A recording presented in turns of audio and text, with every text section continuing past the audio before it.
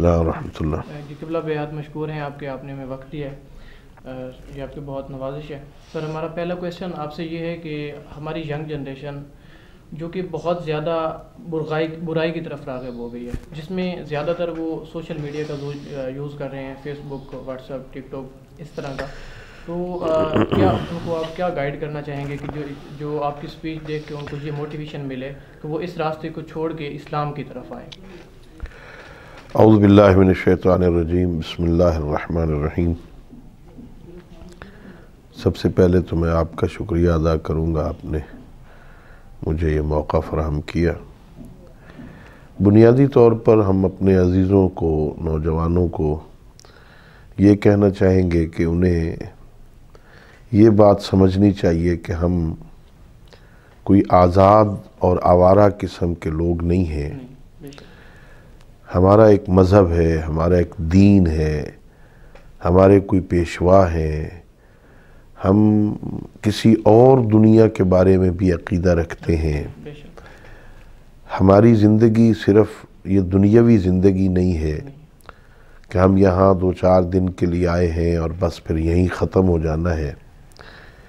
ہم جس دین کے پیرو ہیں، ہم جس مذہب کو ماننے والے ہیں، جسے اللہ نے اسلام کے نام سے بیان فرمایا ہے، اس میں اللہ نے اپنے نبی اکرم حضرت محمد مصطفیٰ صلی اللہ علیہ وآلہ وسلم کے ذریعے سے، اور پھر ان کے بعد ہمیں ہمارے معصوم ہادیوں کے ذریعے سے جو پیغام دیا ہے وہ یہ ہے کہ یہ دنیا ایک عارضی ہے، یہ ختم ہو جانے والی ہے۔ اصل ایک اور زندگی ہے جو موت کے بعد آنے والی ہے۔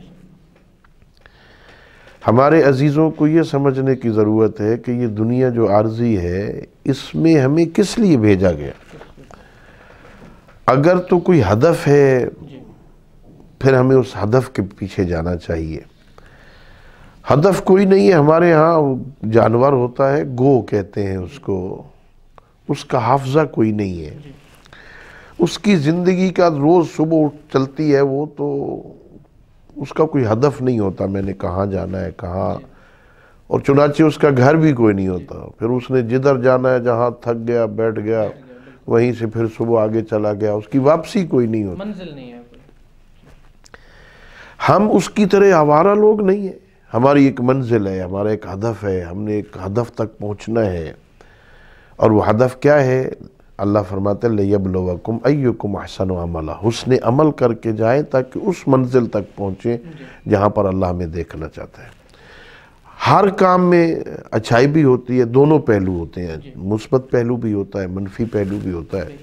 یہ سوشل میڈیا ہے، اس میں دونوں پہلو موجود ہیں، اس میں مثبت بھی ہے، منفی بھی ہے، اور یہ میں تو اکثر کہا کرتا ہوں، شیطان یقیناً وسوسے ڈالتا ہے انسان کے دل میں آ کے اور سینے میں وسوسے ڈالتا ہے، لیکن وہ پکڑ کے برائی کی طرف نہیں لے جاتا، زبردستی تو نہیں کر سکتا وہ۔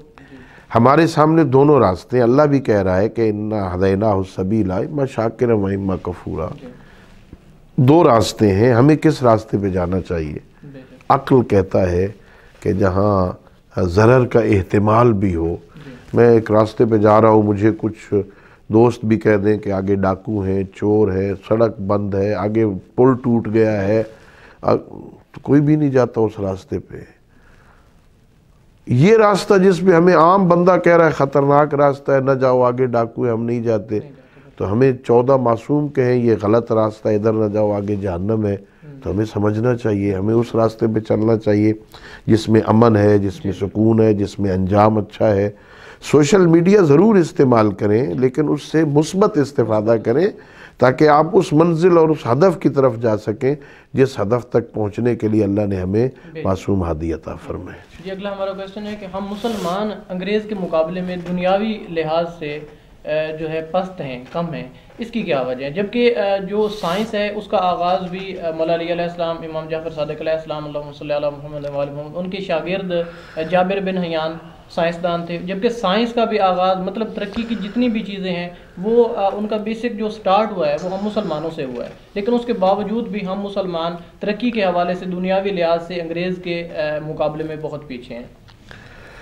اصل میں بنیادی طور پر ہوا یہ ہے کہ وہ جو کام ہم سے آغاز ہوا تھا، جی جی جس کی بنیاد ہمارے اسلاف نے رکھی تھی، ہم نے وہ راہیں چھوڑ دی ہیں، ہم نے وہ راستہ چھوڑ دیا ہے، ہم نے وہ دروازے چھوڑ دیے جو دروازہ پیغمبر ہمیں دکھا کے گئے تھے، جی اس راستے کو ہم نے بدل دیا ہے۔ جی ہم اب اس دوڑ میں شامل ہی نہیں رہے، ہم نکل گئے، ہمارا سب کچھ اٹھا کے وہ لے گئے، اور انہوں نے ہماری ہی کتابیں پڑھ کے یہ ترقیاں کی ہیں۔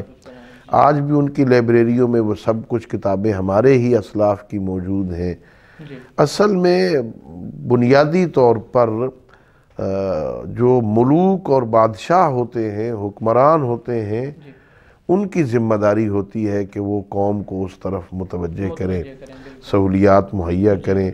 بدقسمتی سے طول تاریخ میں پیغمبر اکرام اسلام کے بعد اور پھر کچھ عرصہ گزرنے کے بعد جو دنیا کی حکومتیں تھیں، انہوں نے ہمارے حکمرانوں کو اپنی لپیٹ میں لے لیے، اور ہمارے حکمرانوں کو انہوں نے ان چیزوں کی طرف ڈال دیا جو آپ دیکھ رہے ہیں اس وقت عالم اسلام کی صورتحال، اور وہ تحقیق اور وہ ترقی اور وہ محنت، اس سے ان کو غافل کر دیا۔ یہ تو چکر میں پڑ گئے، روٹی کپڑا اور مکان یہاں تک، ہاں جی، اور یہ بھی پورا نہیں کر سکے کیونکہ ان کا ہدف بھی یہ نہیں تھا۔ اور ظاہر ہے جب انسان تو وہ راستے چھوڑ دے جو اپنے اسلاف والے ہوتے ہیں تو تنزل اور انحطاط تو ہوتا ہے۔ اب بھی ہم سب لوگوں کی خواہش تو یہی ہے کہ ہم اسی طرح ترقی کریں اور اپنے اسلاف کی اقدار جو ہیں ان کی حفاظت کریں اور اسلام کا نام روشن کریں، بلند کریں۔ جی بہت شکریہ۔ نیکسٹ کویسچن ہے جی کہ نیکی کرنی چاہیے اور اس کو شو نہیں کرنا چاہیے، جیسے کہ وہ کہاوت ہے کہ نیکی کر دریا میں ڈال، لیکن جب ایک انسان ایک بچہ پیدا ہوتا ہے تو وہ ایک خالی میموری کارڈ کی طرح ہوتا ہے، خالی USB کی طرح ہوتا ہے، پھر جب وہ معاشرے میں بڑھتا ہے، گرو کرتا ہے، پھر جو وہ چیزیں دیکھتا ہے تو ظاہری بات ہے اسی پر ہی وہ ریئیکٹ کرتا ہے۔ تو آج کل جو ہمارا سوشل میڈیا ہے وہ ظاہری بات ہے ساری کی ساری تقریباً پازیٹیو پہلو بھی ہے، جس طرح سے آپ نے پہلے ذکر فرمایا ہے، لیکن زیادہ تر پہلو جو ہے وہ نیگیٹو ہے۔ تو اس بارے میں آپ کی کیا رائے ہے کہ نیکی کر کے سوشل میڈیا پہ اس کی پکچر لگا دینی چاہیے؟ مثلا میں نے اگر کسی کی امداد کی ہے، یا میں مثلا نماز پڑھ رہا ہوں، قرآن پاک پڑھ رہا ہوں، تو میں اپنی ویڈیو بنا کے اپلوڈ کر دوں، اس میں کوئی برائی تو نہیں ہے کہ آپ بھی ان کو ایک نیکی کی ترغیب دے دوں کہ آپ بھی پڑھیں، تاکہ جو ہماری نوجوان نسل ہے وہ برائی کو تو دیکھ رہی ہے، اس کے ساتھ ساتھ وہ اچھائی کو بھی دیکھے اور اس کی طرف بھی راغب ہو۔ نہیں، بالکل یہ ایک کلیہ قاعدہ نہیں ہے کہ آپ جو بھی نیکی کریں اس کو چھپائیں۔ نیکیاں دو قسم کی ہوتی ہیں۔ یہ جو نیکی چھپانے والی بات ہے، یہ اس میں بنیادی طور پر احسان والا پہلو ہے کہ اگر آپ کسی پر احسان کریں، کسی کے ساتھ بھلا کریں، تو پھر اس کے اشتہار نہ لگا دیں کہ میں نے فلاں یتیم کو پالا اور میں نے فلاں کو یہ کیا، اور اگر میں نے نہ کیا ہوتا تو یہ مر گیا ہوتا۔ تو اللہ رب العزت قرآن میں فرماتا ہے وَلَا تُبْتِلُوا صَدَقَاتِكُمْ بِالْمَنِّ وَالْعَذَا، اپنی نیکیوں کو، اپنے صدقات کو، اپنی خیرات کو جتلا کے، احسان جتلا کے ضائع نہ کرو، وہ مراد ہے۔ اس قسم کی نیکی جو آپ نے کسی کے ساتھ کی ہے، بھلا کیا ہے، اسے زیادہ روشن کرنے کی ضرورت نہیں ہے۔ میں نے فلاں کو مکان بنا دیا، نہ بنا کے دیتا تو سردیوں میں اب تو مر گیا ہوتا، یہ بری بات ہے۔ کیا نیکی کس کے ساتھ کی ہے، بھول جاؤ، اس سے بدلہ لینے کی توقع نہ کر کہ میں نے بھلا کیا تو وہ بھی بھلا کرے گا۔ لیکن اس کے ساتھ ساتھ نیکیاں، دوسری نیکیاں، ہمیں اللہ رب العزت کہتا ہے نماز جماعت کے ساتھ جا کے پڑھو۔ تو جماعت کے ساتھ پڑھیں گے تو اکیلے نے پڑھنی ہے، وہاں تو سارے محلے والے آئے ہوں گے، وہاں تو سارے شہر والے آئے ہوں گے، تو سارے دیکھیں گے۔ وہ جب نماز عید جمعہ جو ہے سارے 3-3 4-4 میل کے لوگ اکٹھے ہو کے پڑھیں تو وہ سارے دیکھیں گے یہ جمعہ پڑھ رہا ہے۔ عید سارے پڑھنے کے لیے اکٹھے جائیں گے۔ اجتماعی عبادات بھی ہیں، اور اس میں ہمیں حکم بھی ہے امر بالمعروف نہی عن المنکر کرنے کا۔ کئی طریقے ہوتے ہیں۔ ہمیں معصومین علیہ السلام کا فرمان ہے کسی کو تبلیغ کرنا چاہتے ہو تو زبان کی بجائے کردار سے کرو۔ تو جب کردار سے ہم تبلیغ کریں گے تو وہ کردار لوگ ہمارا دیکھیں گے تو یہاں دکھائیں گے تو لوگ دیکھیں گے نا۔ تو نیکیاں کرنا، مجھے ایک دفعہ معلوم ہے، مجھے ایک بہت بزرگ عالم دین کا رات کوئی 2 بجے فون آیا، تو میں پریشان ہو گیا، تو خدا انہیں سلامت رکھے، میں نے اٹینڈ کیا، میں نے کیا قبلہ خیر اس وقت؟ تو انہوں نے فرمایا ویسے ہی میں آپ کی وہ ویڈیو ٹی وی پر ایک تقریر آپ کی چل رہی تھی اور وہ میں نے سنی اور میں بہت رویا اور دعائیں کی آپ کے لیے، تو چونکہ حکم یہ ہے کہ کسی کے لیے دعا کرو تو اسے بتاؤ، اس لیے میں نے فون کیا کہ میں آپ کو بتا دوں کہ میں اس وقت آپ کے لیے دعا کر رہا ہوں۔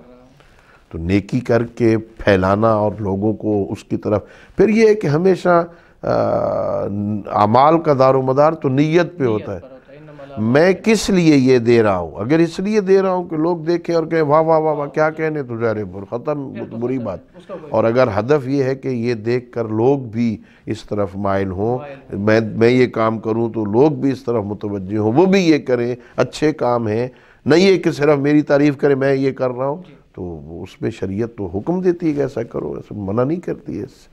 جی بہت شکریہ۔ ہمارا آخری سوال ہے سر آپ سے کہ مجلس اعضاء کے لیے پیسے مقرر کر کے جانا، زیادہ پیسے لینا، ایڈوانس لینا، جس طرح سے ذاکرین کرام کرتے ہیں، اس کے بارے میں اسلام کیا کہتا ہے؟ دیکھیے جی، اگر تو یہ ہے عبادت تو اسے عبادت ہی رہنا چاہیے۔ جی فیسیں طے کرنا، اگرچہ اس میں بھی بہرحال ہے کچھ اختلاف بھی ہے، مراجع کے فتاوی بھی ہیں، لیکن خود ایک ایسی بات ہے، میں نماز پڑھ رہا ہوں کہ میں نماز پڑھتا ہوں تو مجھے اتنے پیسے دو۔ ہمارے بعض مجتہدین کہتے ہیں یہ جو جماعت کرواتے ہیں اور فیس طے کر کے جماعت کی تنخواہیں لیتے ہیں، یہ بھی ٹھیک نہیں۔ تو یہ ظاہر عبادت ہے، خلوص کے ساتھ ذاکر کو، عالم کو، واعظ کو بھی خلوص کے ساتھ پڑھنی چاہیے، بانی کو بھی خلوص کے ساتھ کروانی چاہیے۔ باقی یہ ہے کہ ظاہر اگر کوئی بندہ مجالس ہی پڑھتا ہے، آتا جاتا ہے، تو اس کے اخراجات بھی ہیں، سلسلہ بھی ہے۔ حضرت امام رضا علیہ السلام نے شاعر کو بلایا تھا اور اسے ہدیہ دیا تھا، ہدیہ دینا چاہیے، لوگ خود بھی خیال رکھتے ہیں، خیال بھی رکھنا چاہیے، لیکن طے کر کے جب جائیں گے نا تو وہ خلوص نہیں رہے گا، تو ظاہر وہ بھی کہتے ہیں کہ اجر تو اس نے لے لیا ہے اپنی اس کا، تو پھر آخرت میں اس کا اجر کیا لے گا؟ آخرت میں اجر چاہتے ہیں تو پھر دنیا میں اجرتیں طے نہیں کرنی چاہیے۔ اچھا جی، آخری سوال ہے آپ سے کہ کوئی ایسا راستہ نہیں ہے جس سے یہ شیعہ سنی والا فساد ختم ہو جائے اور امت مسلمہ میں امن کی لہر دوڑ جائے اور ایک امن ہو جائے؟ مطلب جس طرح سے قتل و غارت ہو رہی ہے، فرقہ واریت پھیل رہی ہے، اس کا کوئی حل نہیں ہے کہ سارے علماء کرام ہر فرقہ کے بیٹھ کے مشاورت کر لیں، یا اس کے علاوہ کوئی آپ کے خیال کے مطابق کوئی ایسا حل نہیں ہے کہ یہ چیز ختم ہو جائے اور سارے مسلمان ایک ہو جائیں؟ جس طرح سے فرمان ہے حضور پاک صلی اللہ علیہ وسلم کا، میرے خیال میں شاید ایگزیکٹ مجھے کنفرم نہیں ہے، آپ گائیڈ کر دیں گے، کل مسلم اخوۃ، حضور پاک صلی اللہ علیہ وسلم کا یہ ہے نا شاید کہ تمام مسلمان آپس میں بھائی نہیں ہو سکتے؟ جی الحمدللہ رب العالمین، پاکستان میں اس وقت ماحول بہت اچھا ہے، علماء کی خدمات ہیں، علماء نے ملی یکجہتی کونسل بنا کے وحدت کا پیغام دیا، اور اس وقت بھی وہ ملی یکجہتی کام کر رہی ہے مختلف پلیٹ فارموں پر۔ حکومت نے بھی کافی عرصے سے، ہمارے اداروں نے کام کیا ہے، علماء کو بٹھایا ہے۔ ہمارے ہاں دراصل سنی شیعہ مسئلہ ہے ہی نہیں، کبھی سنی شیعہ کا، شیعہ سنی کا دشمن اور مخالف نہیں ہوا، کبھی بھی ایسا نہیں ہوا۔ چند گروہ ہیں ایسے جو پیدا کیے گئے اور ان کو سپورٹ کیا گیا، اپنی بعض حکومتوں کی ضرورتیں اور مجبوریاں تھیں، ورنہ ہمارے یہاں ملک میں ہم جس علاقوں میں رہتے ہیں، جن محلوں میں رہتے ہیں، جن شہروں میں رہتے ہیں، وہاں سنی شیعہ سارے اکٹھے رہتے ہیں۔ اگر شیعہ سنی لڑائی ہوتی تو یہاں تو گلی کوچہ میں قتل و غارت ہو رہی ہوتی، ایسی کوئی نہیں۔ الحمدللہ مسلمان آپس میں بھائی ہیں، عالم اسلام سمجھتے ہیں۔ جہاں کہیں بھی کوئی پرابلم ہے، آپ اس میں اگر گہرائی میں جائیں گے تو آپ کو اس کے پیچھے دشمن قوتیں، اسلام دشمن قوتیں نظر آئیں گی، جو مسلمانوں کو لڑا رہی ہیں، آپس میں لڑا کے ان کا نقصان کر رہی ہیں۔ تو جو اس کا شکار ہیں انہیں سوچنا چاہیے اور انہیں ان چیزوں سے باز آنا چاہیے۔ والحمدللہ مسلمانوں کے درمیان اور شیعہ سنی کے درمیان کوئی ایسا اختلاف نہیں ہے۔ جی ٹھیک ہو گیا، بہت شکریہ جی، مہربانی جی، سلامت رہیں جی، بہت شکریہ۔